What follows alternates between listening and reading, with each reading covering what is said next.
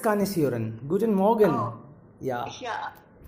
also heute spricht man über die Küche und Kochen. Ja.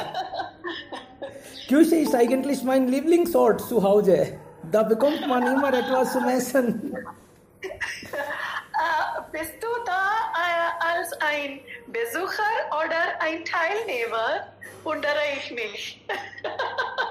Eigentlich, man muss auch ja kochen. Am Wochenende muss ich auch ja mitmachen. Wir haben so geregelt. Ja, Oh, okay. ja, also ein bisschen schon. Ja, Okay. ich bin nicht der Meister, aber dann am Wochenende habe ich auch Zeit.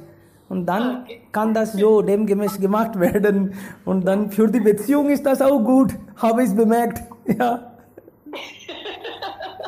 Ja, du hast einen Sohn, oder?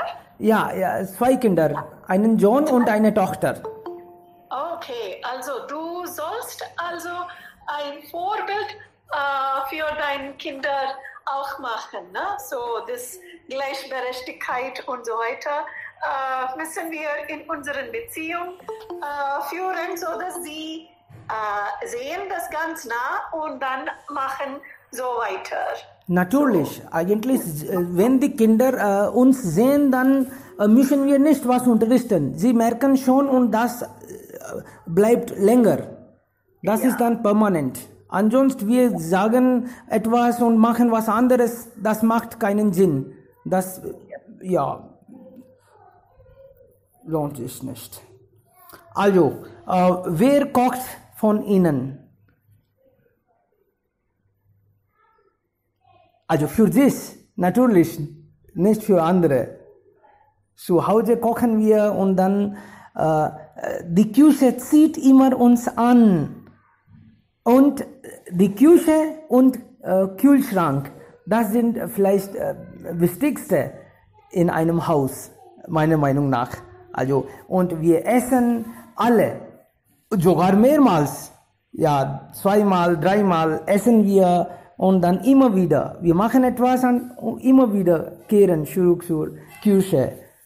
Oder? Wer will beginnen Ja, du damit? Bitte. Ja, ich werde beginnen. Ich heiße Archana und ich bin DPSG Merit Road. Und ja, jeder kann kochen, besonders Frauen. Und meiner Meinung nach heutzutage Männer kochen besser als die Frauen. Ja, Einige schon. sie Ja, haben recht. genau. Also, ja, Sie haben recht, dass Küche und Kühlschrank spielen eine wichtige Rolle. Ja, eigentlich persönlich finde ich Kochen nicht besonders interessant. Ich unterrichte gern. Aber mein Sohn ist ein sehr gut Koch und mein Mann kocht sehr gut Mutton und sehr lecker. Heutzutage, in der heutigen Zeit, hat sich schon verändert. In früherer Zeit war die Frauen nur, die kochen sollen. Aber heutzutage das Szenario ist ganz anders, denke ich. Und das ist gut, immer. Was denken Sie? Natürlich, wenn wir zu Hause zusammen kochen könnten oder etwas, natürlich, also das heißt, als Team das machen und nicht so, dass dieser Mensch ist dafür zuständig. Dann ist die Atmosphäre besser und wir alle müssen natürlich also bewusst sein und helfen beim Kochen. Das ist wunderbar, dass Ihr Mann kocht und dann Sie können dann auf Unterrichten konzentrieren. Ansonsten wäre das ein bisschen problematisch. Man muss alles machen, man arbeitet auch ganze Zeit und morgens kocht man, abends kocht man, dann ist das ein bisschen stressig. Man sagt manchmal nicht, ja, aber dann fühlt man. Wir machen alles mit und machen alles zusammen. Meine Tochter, sie kocht nicht gern, aber mein Sohn und mein Mann, sie kochen gern. Und wir alle, trotzdem machen wir alles zusammen, weil ich auch eine berufstätige Frau bin. Und wenn wir nicht zusammenarbeiten, geht das nicht. Das ist eigentlich die Realität der heutigen Zeit. Ja? Alles klar, ja. Kochen ist ein tolles Hobby, man kann sagen.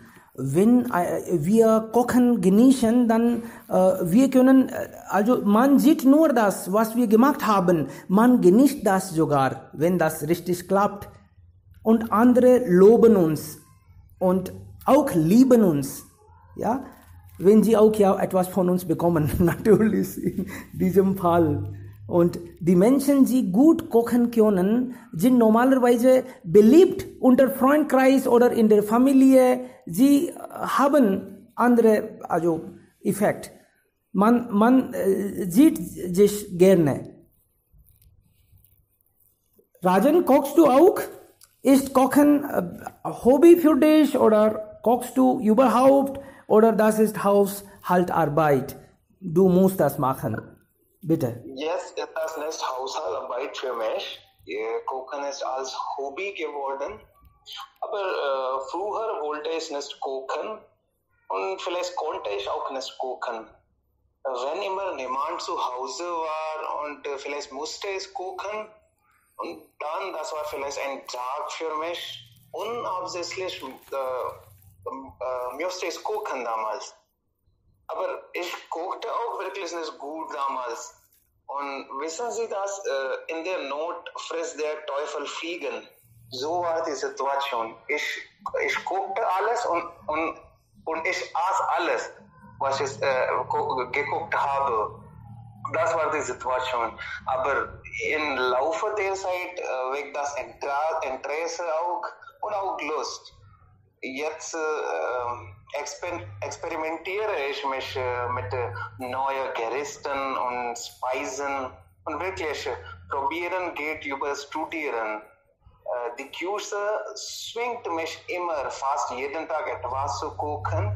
Jeden Tag mindestens koche ich Frühstück und am Samstag oder am Sonntag koche ich auch Hauptmahlzeiten im Abend oder in der Nacht. Und vielleicht, wenn man gezwungen ist, etwas zu machen, ich meine, er ist verpflichtet, die Ausgabe zu erledigen, da sind diese Arbeit wirklich eine Haushaltarbeit. Er wollte das nicht machen, aber er ist verpflichtet, deshalb macht er. Und wenn man wirklich mit Leidenschaft und mit Fröhlichkeit etwas schafft, das bedeutet, er hat Lust darauf. Und das ist vielleicht ein Hobby geworden für sie. Und das ist nicht mehr ein Fest, sondern eine Freizeitaktivität. Und ich denke auch dazu sagen, dass Haushalt eine Belastung für viele ist. Klappt leider bei mir nicht. Ich genieße, wenn ich etwas mache. Außerdem will ich sagen, wenn man etwas arbeiten muss, und soll man versuchen, die nötigste Arbeit zu genießen, dann das wäre besser. Er kann vielleicht diese Aktivität auch als Hobby nehmen. Vielleicht Kochen ist auch für viele Beruf. Einer meiner engeren Freunde arbeitet als Chefkoch bei Radisson Blu. Und er hat sein Hobby in Beruf gewandelt. Nun kann er Beruf und Hobby gleichzeitig verwandeln. Und zusätzlich arbeitet er besser im gleichen Bereich. Das wissen wir auch. Wenn ein Mann ein Hobby im Beruf gewandelt, dann konnte er vielleicht besser arbeiten. Ja, deshalb ich sage wirklich, Kochen für mich ist ein Hobby. Aber das ist für andere eine Haushaltarbeit sein oder kann auch ein Beruf sein. Ja, danke. Sehr schön, das freut mich. Das ist so schön zu hören, dass du guckst, ja, ab und zu. Und am Abends ist das auch ja eine Hausaufgabe, Haushaltsarbeit. Dann musst du zu Hause beliebt sein. Richtig, sehr schön. Gut. Ja, nächste Person bitte. Ja. Bitte. Nach meiner Meinung ist Kochen eine Fähigkeit zu leben. Essen brauchen wir alle. Deswegen ist es notwendig, Kochen zu lernen. Ich möchte meine Erfahrung erzählen. Wenn ich nach Delhi umgezogen bin, konnte ich nicht kochen. Hatte ich keine Ahnung, was Kochen ist. Infolgedessen hatte ich viele Probleme beim Essen. Deshalb habe ich die Entscheidung getroffen, Kochen kennenzulernen. Wenn man kochen kann, wird das Leben einfacher. Ist nicht von jemandem abhängig. Für viele Menschen ist Kochen ein Hobby. Sie lieben mit ihrer Freizeit, ihre Lieblingsessen zu kochen. Was finde ich nicht in Ordnung, ist ein Tabu in Indien, das Kochen eine biblische Arbeit betrachtet. Wegen dieses Tabu kennen viele Männerinnen Kochen noch nicht. Folglich konzentrieren Männerinnen viele Probleme beim Essen, insbesondere wenn sie allein sind. Was denkst du darüber? Ich stimme mit Nishtha völlig zu. In Indien gibt es einige Meinungen, dass Kochen gehört die Frauen oder die Küche, in die Küche, die Frauen gehören in die Küche sozusagen. Aber das ändert sich ganz langsam, aber das ändert sich heutzutage. Und in dieser Corona-Zeit haben wir das so auffallend gesehen, dass jeder muss nur für selbst etwas machen müssen. Und deswegen ist man gezwungen, mindestens Frühstück oder etwas Leichtes zu kochen. So, ist Kochen ein Hobby, Beruf oder ein Haushaltsarbeit, ist unser Thema. Persönlich ist Kochen mein Hobby, mein Beruf und auch eine Haushaltsarbeit. Vielleicht sieht das wie ein Paradox aus, aber da ich eine Hausfrau bin, ist das mein Beruf. Ich muss für meine Familie kochen und das mache ich gern auch. Aber wenn man das regelmäßig, tagtäglich, jeden Tag ohne Pause das machen muss, dann wird das als eine Pflicht und dann ist es eine langweilige Haushaltsarbeit. Aber dazwischen kann man nicht während dieser Corona-Zeit, aber wenn man einen Urlaub macht oder zu meiner Mutter gehe oder so eine Pause mache, dann bekomme ich eine Pause von meiner Küche und dann komme ich wieder zurück wieder zurück völlig motiviert und nehme ich die Faden völlig wie ein Hobby und Leidenschaft. Und dann probiere ich neue Gerichte. Und das hängt von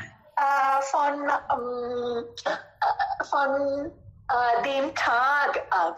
Wenn man das jeden Tag macht, dann ist das ist das langweilig. Also hier jeder muss, wie Nishta hat gesagt, jeder, entweder Mann oder Frau, Kind oder ältere Leute, jeder muss das als eine Fähigkeit lernen und ich bin überzeugt darüber, dass ohne Kochen ist man abhängig von den anderen und das ist meistens gefährlich auch. Wie kann man zu eigenen Geschmack etwas von den anderen verlangen? Also wenn ich persönlich etwas hier erwähnen möchte, dann ich genieße Kaffee gern und ich genieße am besten den Kaffee, das ich selbst gekocht habe. Kann ich nicht mit anderen. Meine Mutter auch konnte das nicht schaffen. Was ich selbst koche, genieße ich am besten. Also ich bin mein großer Fan, ja, wenn ich das sagen wollte. Vielen Dank. Sehr schön. Ich bin mein großer Fan. Sehr gut. Ja, da hat man ja auch wenn recht. wir selbst Belohnung von selbst machen, dann sind wir auch nicht an den anderen abhängig. Ne? So, Genau. deswegen. Richtig. Und Liebe geht durch den Magen. Ich mag das sehr, wenn meine Frau Leckeres was kocht. Und ich habe auch das bemerkt, manchmal, wenn ich koche, fühlt sie sich auch zufrieden und gut. Das kann man ja offensichtlich ganz richtig sehen, merken. Aber ich kann nicht so gut kochen, natürlich wie sie, aber Tee kann ich kochen, Kaffee kann ich kochen und ja, Salat mache ich ja gerne. Salatvorbereitung ist mein Lieblingsarbeit beim Kochen. Aber ein bisschen Dalsuppe, Kadisuppe, Kartoffelsuppe will ich lernen, aber Rabdi-Suppe kann ich ja schon. Einige Kleinigkeiten kann ich ja auch kochen. Okay. Bitte. Ja, hallo Anna. Ja, hallo, bitte. Vor dem Heirat habe ich sehr selten nie gekocht und meine Mutter hat auch uns nicht erlaubt zu kochen, weil sie immer meinte, dass nach dem Heirat sie müssen kochen, deswegen jetzt genießen sie diese Zeit. Ja, aber als ich verheiratet war und ich und mein Mann sind gerade in eine andere Stadt umgezogen und dann muss ich jeden Tag kochen. Dabei hat mir YouTube sehr geholfen. Aber jeden Tag zweimal, dreimal kochen fühle ich sehr langweilig. Kochen ist jetzt mein Hobby, aber den ganzen Tag kann ich nicht in der Küche kochen. Und ich bin der Meinung, dass jetzt alle Mütter sollen auch ihre Kinder beibringen, etwas selbst, ein oder zwei Gerichte für selbst zu kochen. Zum Beispiel wie Shani Sir gesagt hat, Tee oder Kaffee, vielleicht Maggi oder Poha Upma. Solche leichte Gerichte kann man kochen. Ja? Genau. Und in den Dörfern hat auch die Situation ist nicht so geändert. Wenn wir hier sind in Aurangabad, mein Mann hilft mir manchmal zum Kochen oder vielleicht hilft mir beim Aufputzen oder Wäsche waschen. Aber wenn wir zu Hause gehen, dann seine Mutter erlaubt nicht. Ja, aber es ist okay, es ist nicht kein großes Problem. Aber wenn ich krank bin, dann kocht mindestens Dal und Reis. Darüber freue ich mich sehr. Ja, das ist sehr interessanter Punkt. Mutter erlaubt ihm nicht. Ehrlich gesagt, das habe ich auch irgendwann bei uns bemerkt. Am Anfang, meine Mutter wollte nicht, dass ich zu Hause koche, auch wenn ich das gerne mitmachen wollte. Also sie hatte solche Gefühle, warum denn du? Deine Frau ist da, sie sollte kochen, das ist eigentlich traditionell so. Meine Mutter oder Mutter von deinem Mann, eigentlich sie haben so immer gesehen, dass die Frauen kochen. Und wenn ein Mann kocht, dann finden sie ein bisschen also unangenehm. Das kann ich ja verstehen. Okay, ja. Wer next? Vielleicht es passiert in jedem Haus.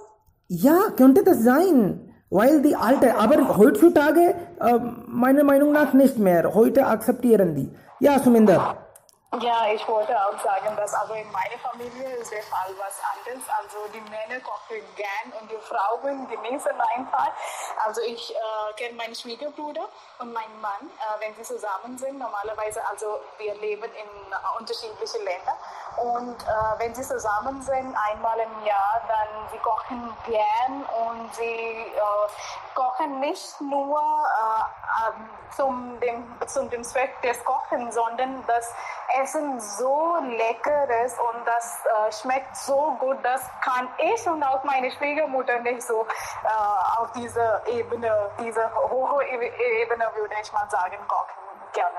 Und aber das ist also Lina hat recht, also das war auch der Fall mit unserer ehemaligen Generation. Also ich habe nie meinen Vater gesehen, obwohl er meiner Mutti also im Haushalt geholfen hat. Aber in der Küche war meine Mutti die Königin und oder kann man sagen die Einzige, die alles erledigen selber muss. Und aber heutzutage, also ich habe das gesehen, die Männer kochen gern und sie kochen auch lecker.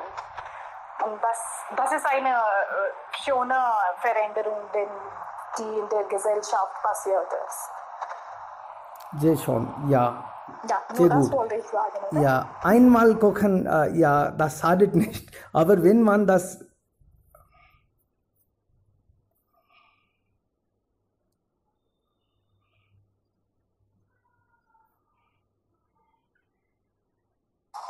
So, wer will weitermachen? ja, Entschuldigung. Ja.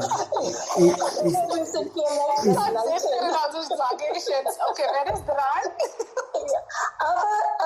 Aber Suminder, du hast das gesagt, dass die Männer kochen nicht tagtäglich. Na, das ist meine Meinung. Am Ende ist die Frau dazu verpflichtet. Deswegen ist es als ein Beleid angesehen. Und das, doch, das verändert sich aber ganz langsam. So, das müssen wir akzeptieren und vielleicht die nächste Generation. Diejenigen, die Söhne haben, müssen das als ein Teil geben. Hallo, wink, wink, Suminder. Ja, und ihre Väter, also heutige Väter, sind das Vorbild für die zukünftigen Söhne. So, wenn sie selber was in der Küche arbeiten, dann sie werden automatisch das lernen und das wird einfach so beigebracht. So. Genau. Die Veränderung werden wir schon in dieser künftigen Generation sehen. Aber alles nicht. Lina, du bist auch dran, ne? Ja. Werden wir nicht mehr gehen, weil ich habe jetzt gesehen, ich habe eine Bekannte hier und ihr Sohn ist jetzt 27 Jahre alt und er sucht jetzt ein Mädchen für Heirat. Und er hat MS in den USA gemacht, er ist gut ausgebildet und wenn er ein Mädchen kriegt, dann heutige Mädchen sagen, oh, ich kann nicht kochen und ich möchte auch nicht kochen, wir können vielleicht eine Frau einstellen Sie zu Hause arbeiten kann. Und dann er hat gefragt, was will passieren, wenn sie nicht kommt. Dann die Menschen sagen einfach, dann wir beide gehen raus. Das ist passieren und das ist nicht gut für unsere Gesellschaft, vielleicht nicht Gesellschaft, aber unsere Gesundheit. Die beiden müssen Verantwortung übernehmen. Genau. Völlig zugebe ich, Lina. Ja, okay, Reem ist wieder hier. Okay, ja. Muskan oder Rishabh, wollen Sie weiter? Ja, Rishabh ist da, bitte. Ja.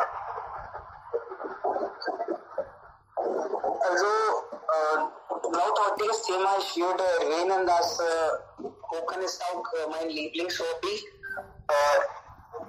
Ich bin sehr ruhig während des Kochens. Ich fühle mich sehr ruhig.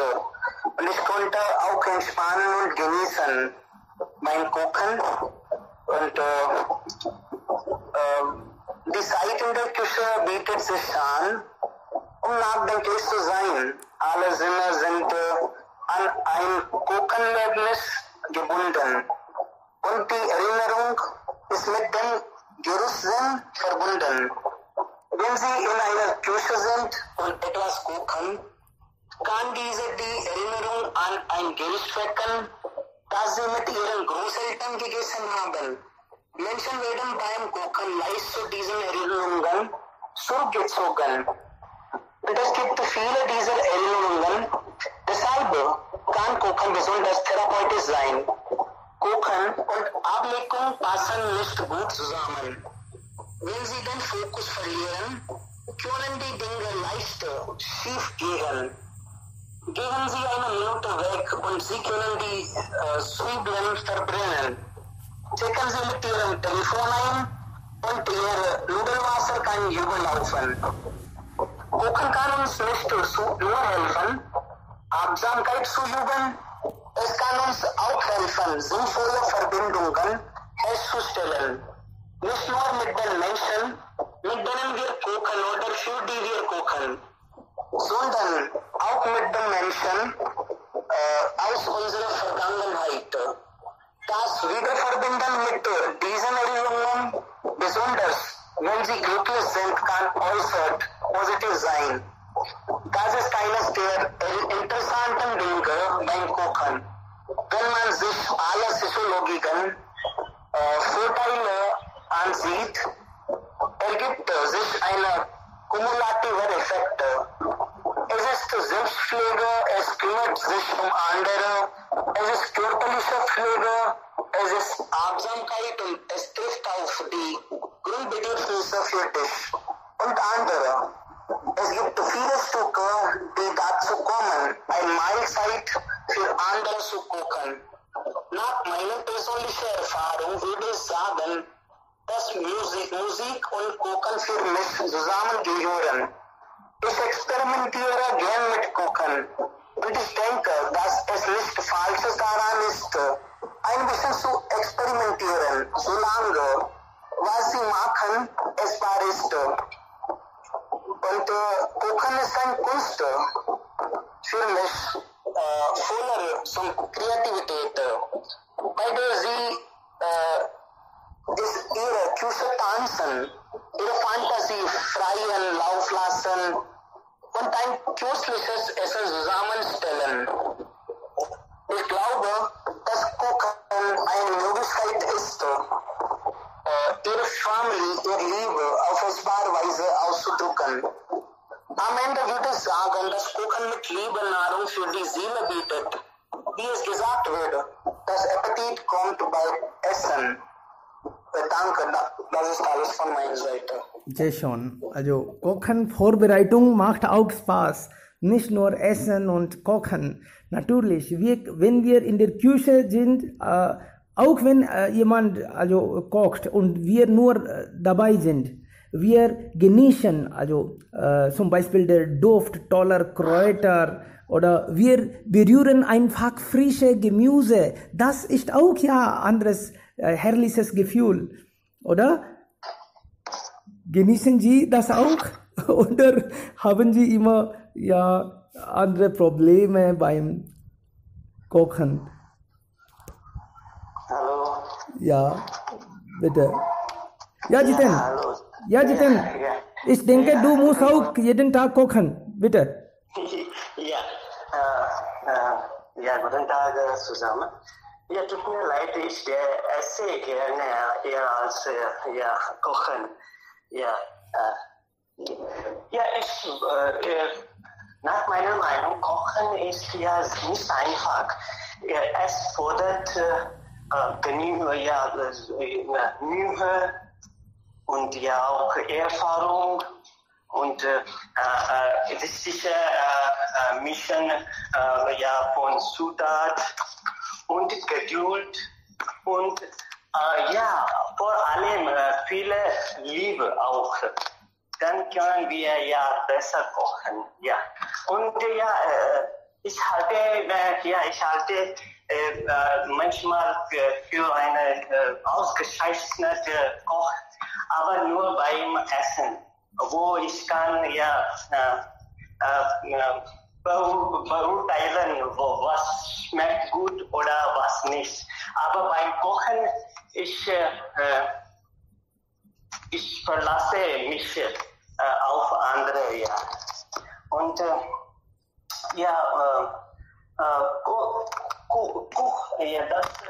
ist ja toll, das Kochen ist ja da immer und wir haben etwas zu essen. Das ist wunderbar. Sehr gut. Ja, schon, ich kann verstehen, du isst gerne, aber nicht kocht. Okay. Muskan, bitte schon, du bist dran. Ja.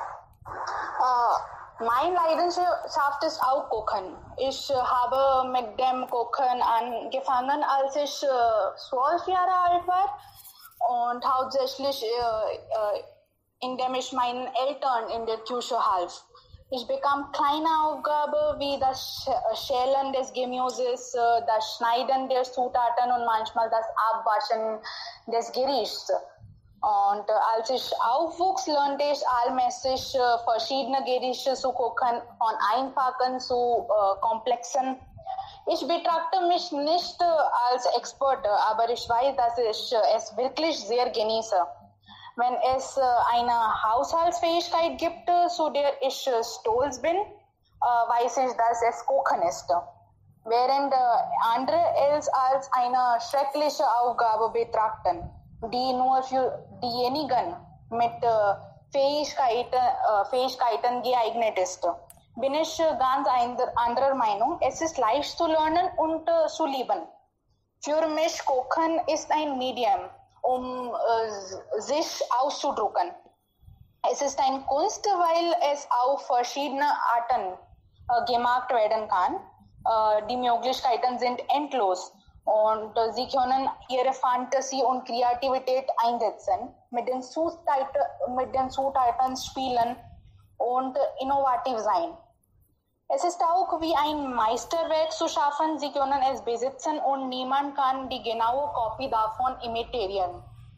Die Bedeutung vom Kochen ist was anderes für mich. Ich beziehe mich auf Kochen als eine Liebessprache.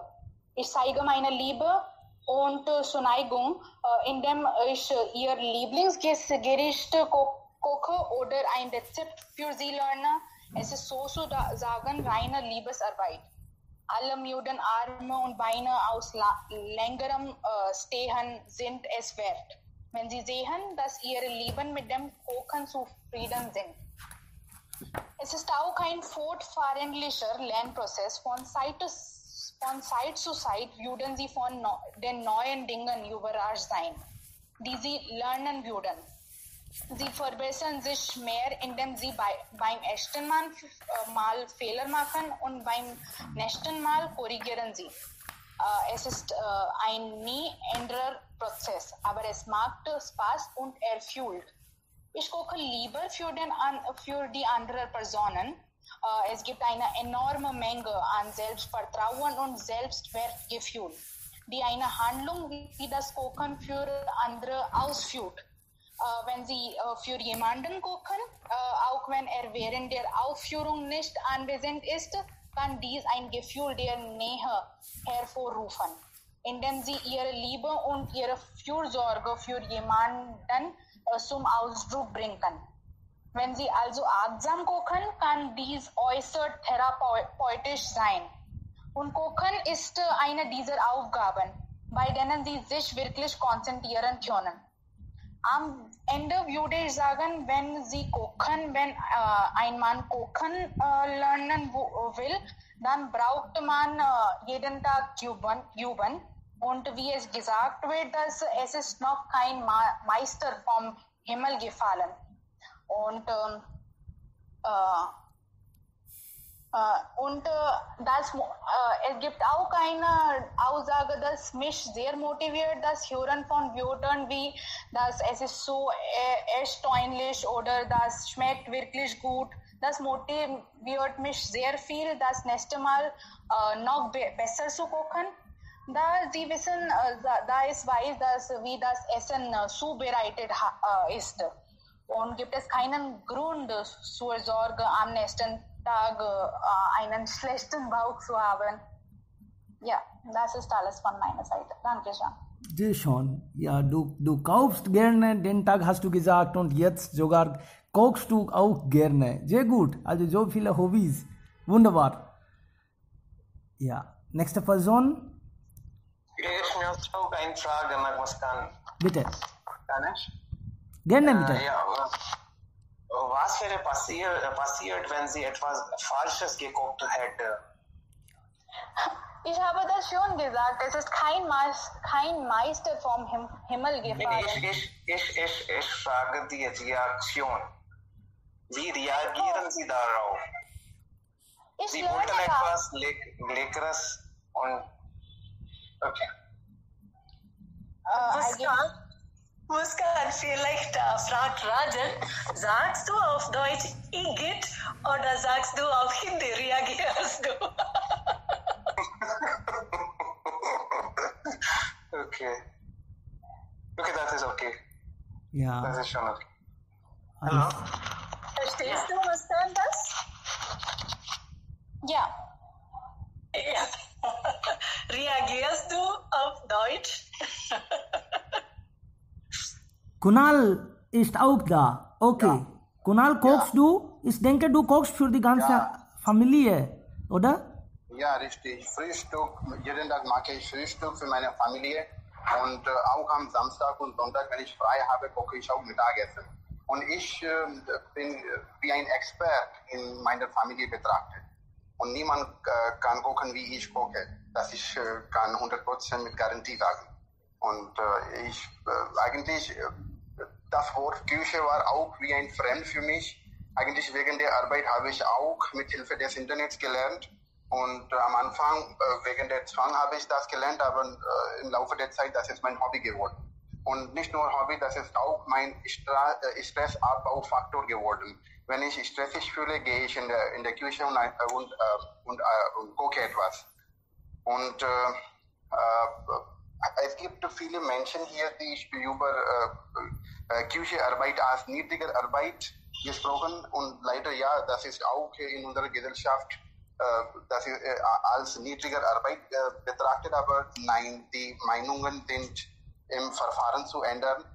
Vielleicht im Laufe der Zeit wir sehen, dass diese Meinungen wird nicht bleiben in der Gesellschaft, aber wir brauchen ein bisschen Zeit. Und in der Küche zu arbeiten, nicht nur, bedeutet nicht kochen. Kochen ist nur eine Aktivität.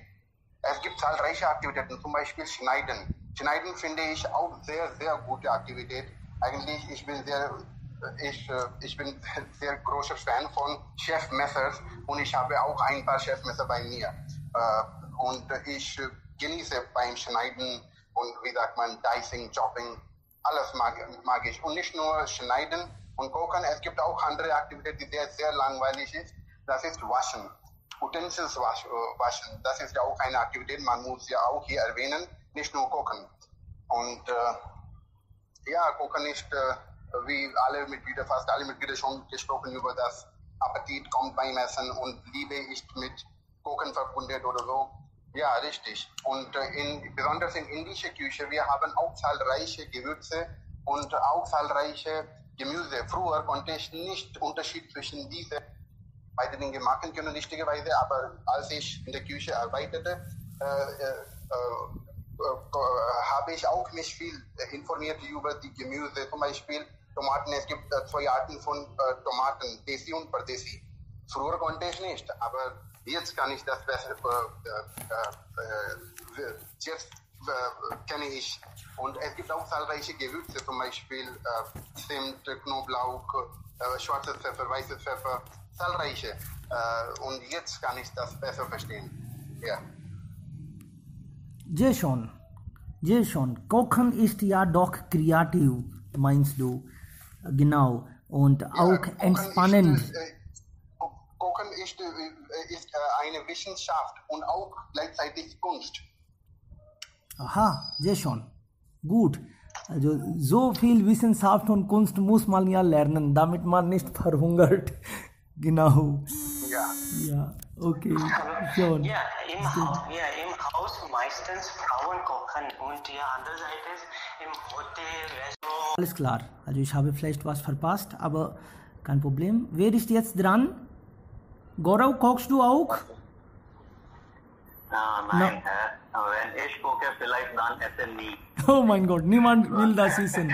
Aha. Ja, und ich habe immer daran glauben, dass man muss immer etwas machen, die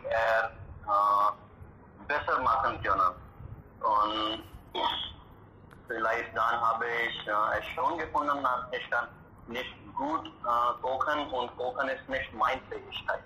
Okay. Und dann habe ich schon das akzeptiert, dass ja, vielleicht ich kann ein guter Consultant sein, aber Kochen ist nicht mein Part. Und dafür habe ich auch eine Entscheidung getroffen, dass ich muss eine Person finden oder ein Restaurant finden, wo ich gern gute Essen können und die auch gesund ist.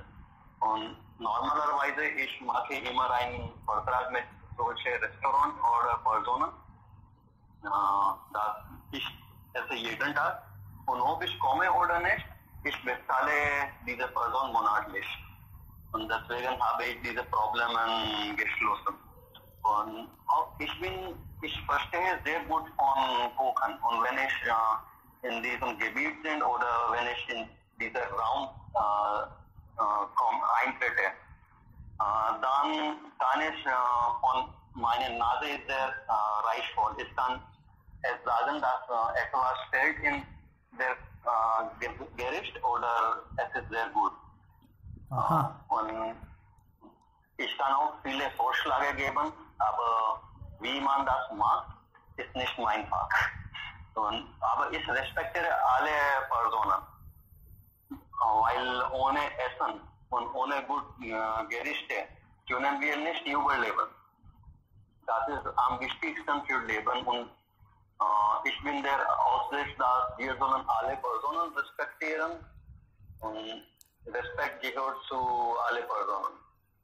Und nicht jede Tätigkeit ist wertvoll.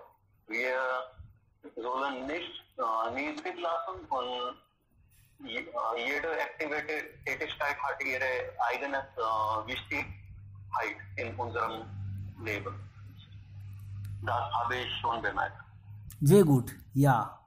Vielen lieben Dank. Also große Salute an allen, die gerne kochen. Also dann ernähren sie nicht nur selbst, aber auch andere. Wirklich, da hast du recht.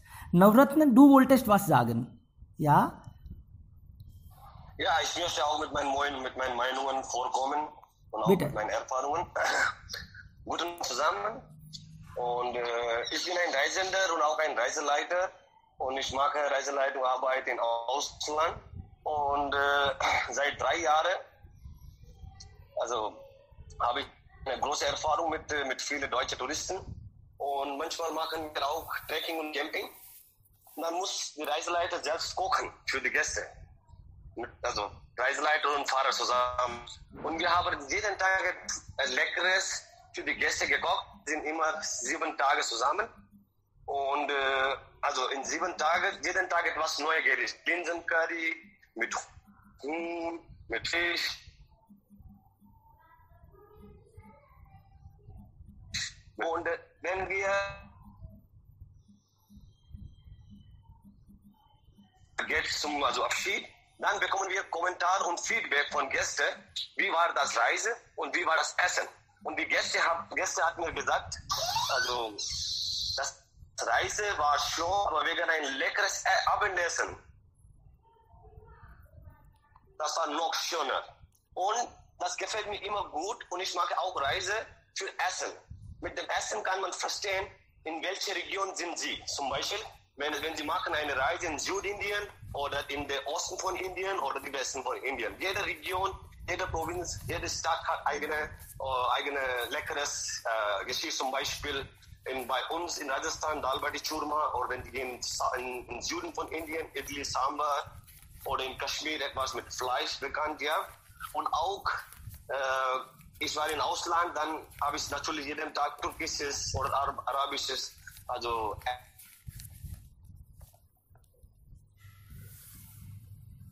auch, also nicht jetzt, aber ich war im Ausland und das ist ein besonderes Interesse. Ich habe auch ein großes Interesse in zum Beispiel in vegetarisches Essen. Ich habe niemals viel Fleisch gekocht, aber mit Linsencurry oder mit Reis oder mit Kichererbsen bin ich auch sehr gut und ich habe auch manchmal für meine Familie gekocht. Und also wenn man nicht versteht, also diese Sprache, egal im Ausland, aber man versteht sehr gut, wie die Leute in anderen Ländern sind mit dem Essen. Also zum Beispiel, ich war in Oman und wir haben auch dort Gelegenheit, in dieses Essen zu bekommen. Natürlich, wenn man isst nur vegetarisch, dann bekommt man vegetarisch. Wenn man Fleisch, dann ist eine große Auswahl. Aber mit dem Vegetarisch nicht viel. Und also das ist, was ich erlebt habe.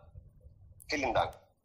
Sehr schön, sehr gute Erfahrung hast du dann auch mit Touristen und das ist mir neu, dass ein der Reiseleiter auch kochen muss, ja manchmal, das ist schon. Ja, manchmal muss man kochen, weil wir haben keine Gelegenheit, wenn wir in den Bergen oder in der Wüste. Ja. Jetzt finde ich das ja praktisch, aber ich habe daran nie gedacht. Ja, wirklich, lieben Dank. Und normalerweise, wenn es Kochen geht, früher habe ich immer gedacht, also wenn jemand sagt, wir kochen etwas und dann, was sollten wir kochen? Dann habe ich immer gesagt, natürlich etwas Süßes. Also kochen für mich war etwas Süßes. Aber kochen ist nicht nur süß. Es gibt ja auch andere Sachen. Vegetarier sind da, Unvegetarier sind da, Gewürze, wunderbar. Okay. Schon. Okay, wer ist jetzt übrig? Man sollte am Ende nicht fühlen, dass ich wollte was sagen, aber bekam keine Chance. Ja, kann ich. Ja, bitte. Ja, kann ich. Ja, bitte. Ja, guten Tag alle. Heute diskutieren wir über das Thema Kochen und ich habe nicht viele Erfahrung darüber, aber bitte warten Sie einen Moment, ja. Wir warten, kein Problem. Ja, ich bin zurück, ja. So, ich habe nicht viele Erfahrung, aber ich koche nicht so gerne, aber ich esse gerne. Ich esse alles. Einmal ich habe eine verbrannte Omelette gekocht. Seitdem ich habe nicht Omelette gekocht, so das war meine schlechte und sehr komische Erfahrung. Ja, das möchte ich sagen. Vielen Dank. Aha. Komisch. Jemand ist da hinter dir.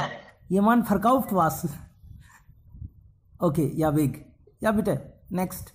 Auf Deutsch, wir haben zwei fast ähnliche Worte. Kochen und Kuchen. Ja, vielleicht das heißt, dass Kuchen ist ja immer die wichtige Teil des Essens des Deutschen gewesen. Deshalb, ich glaube, beide Worte sind fast ähnlich. Danke. Kochen und Kuchen. Ja, wie hast du, mein Gott, ja, verglichen? Ja, super. Kochen und Kuchen. Okay? Dann kommt Küche auch, ja? Genau, richtig. Wir können ja unsere Lieblingswörter auch hier schreiben. Küche, Kochen, genau. Okay, vielen lieben Dank, Freunde. Wirklich. Sie kochen gerne, sie essen gerne. Und wir müssen eigentlich jeden Tag 2-mal, 3-mal essen. Ohne das Essen geht es nicht. Und das Kochen ist eine kulturelle Sache, eine Tradition und auch sogar ein Muss. Ohne Kochen geht das nicht weiter. Wir brauchen immer jemanden dabei. Wer vielleicht beim Kochen... Ja, bitte. Nur Deutsch ist die Sprache, wo Kochen bedeutet nur in der Küche. Aber auf Englisch Kochen bedeutet auch andere Wörter. Zum Beispiel etwas Schlechtes gegen eine Person nachdenken. Und auf Englisch sagt man, etwas kocht in dem Gehirn. Und das bedeutet, dass man eine schlechte Meinung hat für eine andere Person. Und das in Deutsch, auf Deutsch haben wir nicht solche Ähnlichkeit. Also, aber in Englisch ist es nicht immer diese negative Konnotation von Cooking. Also wenn man fragt, what's cooking, so das heißt, was passiert einfach. Also das hat nicht immer negative Konnotation oder die Betonung. Ja, genau. Ich stimme dir. Auf Deutsch haben wir auch viele Sprichwörter und Sprüche, die mit Kochen gebunden ist. Zu viele Küche verderben den Brei. Ja, und so viele, mehr als 15 oder so haben wir in unserem Syllabus im MA auch. So ohne Recherche können wir das nicht so einfach sagen, dass auf Deutsch gibt es nicht so viel. Auf Deutsch und auf Englisch und bei uns in Tamil und Malayalam haben wir auch so viele Sprüche und Sprichwörter mit Kochen zu tun, weil das ein sehr, sehr untrennbare Arbeit oder Teil unseres Lebens ist. So, ja, bitte recherchieren Sie und dann finden Sie das. Wir können das einfach vielleicht in unseren German Speakers Club weitergeben. Wie viele Sprichwörter gibt es oder Sprüche gibt es darüber? Also ja. Ich habe das bemerkt, dass vielleicht ich könnte das von Sie jetzt lernen, weil Sie schon MA und andere Expertise haben. Aber es ist okay, das kann in der Laufe der Zeit gemacht werden. Alles klar. Okay, gut. Taylor wird bunt, wenn etwas Gutes gekocht wird. Haben Sie auch solche Erfahrung, dass Sie irgendwo eingeladen waren und dann haben Sie, Sie konnten nicht gut essen, weil das Essen einfach schlecht war. Hat jemand solche Erfahrungen? Ja, neulich habe ich das erlebt. Eigentlich mein Freund hat mich eingeladen zu Hause. Er hat, wie sagt man, Makke ki Roti und Sarson ka Saag. Er hat das gekocht und oh mein Gott, das war nicht so gut, sehr schlecht. Aber was kann man machen da? Man muss das essen. Ich will Aber jetzt habe ich bemerkt, dass ich muss Kunal einladen, wenn ich viele Gemüse habe und niemand habe, der diese Gemüse kochen kann, dann vielleicht lade ich von allein. Ja, warum nicht? Aber nach Corona-Zeit. Ja, gut.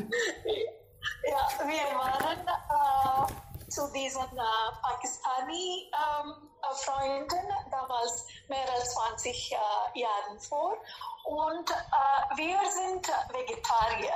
Und diese Leute waren Muslimen und sie hatten keine Ahnung, was eigentlich vegetarisch ist oder damals gab es kein Internet oder so. Sie sind aus einem kleinen Dorf in Pakistan und diese Frau hat ein Hähnchen-Biryani oder so etwas gekocht und dann hatte sie von der anderen Seite so ein bisschen Reis uns gegeben und von dieser Seite von denen. Das war schrecklich. Ich konnte das in meinem Mund nicht das geben oder nehmen und wir waren die Ehrengäste da und das war ein peinlich und gleichzeitig schreckliche Erfahrung für mich. Und ich habe auch etwas gekocht. So, ich komme aus Judentum und ich weiß nicht, wie man damals nicht Tee kocht. Und ich habe für eine neue Gäste Tee gekocht und sie waren nie zurück zu mir.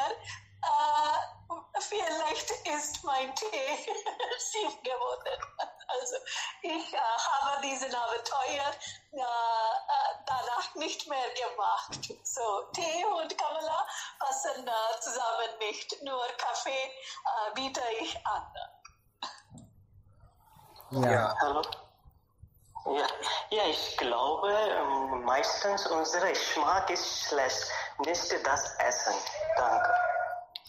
Genau, ich würde auch dann also meine Erfahrung sagen. Ich war in Banswara, eigentlich als Reporter arbeitete ich damals und ein Freund von mir, er war Muslim und er hat mich eingeladen an also Eid. Und ich war auch sehr froh, dass jemand also am Eid einlädt und dann es ging gegen 8 Uhr. Am Abend hatte ich also frei und dann ging es. Die Mutter hat ja alles gekocht. Sie wusste gar nicht, dass ich Vegetarier bin. Und sie hat also nichts Vegetarisches gekocht. Und dann alles hat sie serviert und ich wollte sagen, mein Gott, was passiert? Ich kann das nicht. Ich habe das gedacht, aber nicht gesagt. Die Mutter hat so richtig Mühe gegeben und dann, wie sage ich das? Sie hat auch Reis serviert und in Reis war auch ein bisschen Fleisch und ich habe entschieden, dass für mich soll sie nicht extra kochen jetzt. Es ist schon spät, es ist schon jetzt 8:30 Uhr und sie hat so viel schon gekocht und für mich extra sollte sie nicht kochen. Was habe ich den Tag gemacht eigentlich? Soll ich ja hier sagen. Ich habe einfach, also das war für mich unheimlich. Ich habe einfach Fleisch also weggenommen und ein bisschen Reis gegessen und ich zeigte, als ob ich sehr satt bin und mit vielen lieben Dank war ich zurück nach Hause. Oh mein Gott, ja. Ja, solche Erfahrungen habe ich auch. Probleme überall in der Welt. Also, ja, deswegen ist es unter sich selbst etwas kochen zu lernen. Genau. Und Kamla, ich habe eine Frage. Also, du hast an einem Tag gesagt, dass du mit deinem Mann nach Thailand verreist. Was hast du dorthin gegessen? Weil dort nur nicht vegetarisch Essen so leicht vorhanden ist und es ist sehr schwer, diese vegetarisches Essen zu kriegen. So, wie hast du dort überlebt? Wo, in welchem Ort? Thailand hast du gesagt an einem Tag? Thailand, okay. Ja, für uns ist es ganz klar, wenn wir reisen, fasten wir einfach. Aha. Also wir denken über Essen nicht so viel, aber wir essen gerne Obst und Salate und es gibt Salate mit Hähnchenstücken und so weiter und Brot auch mit diesen Fleisch und andere als Zutaten. Also wir müssen diese Zutaten, wenn wir nach Europa gegangen waren, in Deutschland gibt es auch diese Sorten von Brot, das non-vegetarisch ist. So, das ist nicht so wir müssen ein bisschen vorher planen und dann, passiert das gut. Ja. Aber ich habe bemerkt, dass in den westlichen Ländern ist das nicht ein großes Problem, weil dort dieser Trend von vegan existiert und Vegetarier Menschen also existieren so viel. Aber in den östlichen Ländern, das habe ich immer so bemerkt, also es ist so schwer, einfach diese Vegetarier Essen zu finden. Und als ich in Thailand war, habe ich nur von dieser Burger King, es gibt nur ein Vegetarier Burger, die ich gegessen habe. Und als ich in Vietnam war, wusste ich gar nicht, dass, also habe ich nicht mich so gut darüber ihre Kultur informiert. Als ich dort war, habe ich nur diese Weißreis und mit der Klarsuppe Tag und Nacht gegessen für eine Woche und wusste ich gar nicht, wozu bin ich hier. Und das zu essen, das ist ein bisschen sehr schwer für die vegetarischen Menschen, überall was gemäß unserem Geschmack zu finden. Und deswegen, Devkaran, ich kann also dich sehr gut verstehen. Genau. Also Freunde, wenn wir nicht kochen können, dann gibt es ja viele Probleme im Leben. Es wäre besser, wenn wir ein bisschen lernen und wir können auch andere beeindrucken. Zu Hause wird die Beziehung super toll, wenn sie gerne kochen. Und irgendwann, wenn sie also Hotel Mama verlassen müssen, dann haben sie auch kein Problem. Also ein bisschen muss man lernen, mindestens. Oder man soll, wenn man verreist ist, also soll man versuchen, einfach diese Ready-to-Cook Maggi mitzunehmen. Damit mindestens hat man Maggi zu essen. Und wenn man Maggi nicht mag, dann was macht man? Haben wir Rentier? Genau, die sind auch gute Auswähler. Gut, gute Werbung, ja, sehr schon. Ja. Vielen lieben Dank, Freunde. Ja, okay. Ja, Navratna, wolltest du was sagen? Vielleicht habe ich gestört. Ja, ich nur das sagen, dass wenn man im Land bist und gibt es etwas vegetarisch oder etwas Leckeres vegetarisch, zum Beispiel in Thailand oder in irgendwelchen islamischen Ländern, dann kann man zum Beispiel während Reisen viel Obst, Gemüse oder Nüsse, ja, und dann kann man mit dem einfach essen. Das ist genug mit Protein, ja, und ganz gesund. Dann kann man nur eine kleine Tasche essen und dann ist es genug gut. Das habe ich eine große Erfahrung mit solchen Dingen. Sehr gut. Vielen lieben Dank für den Tipp.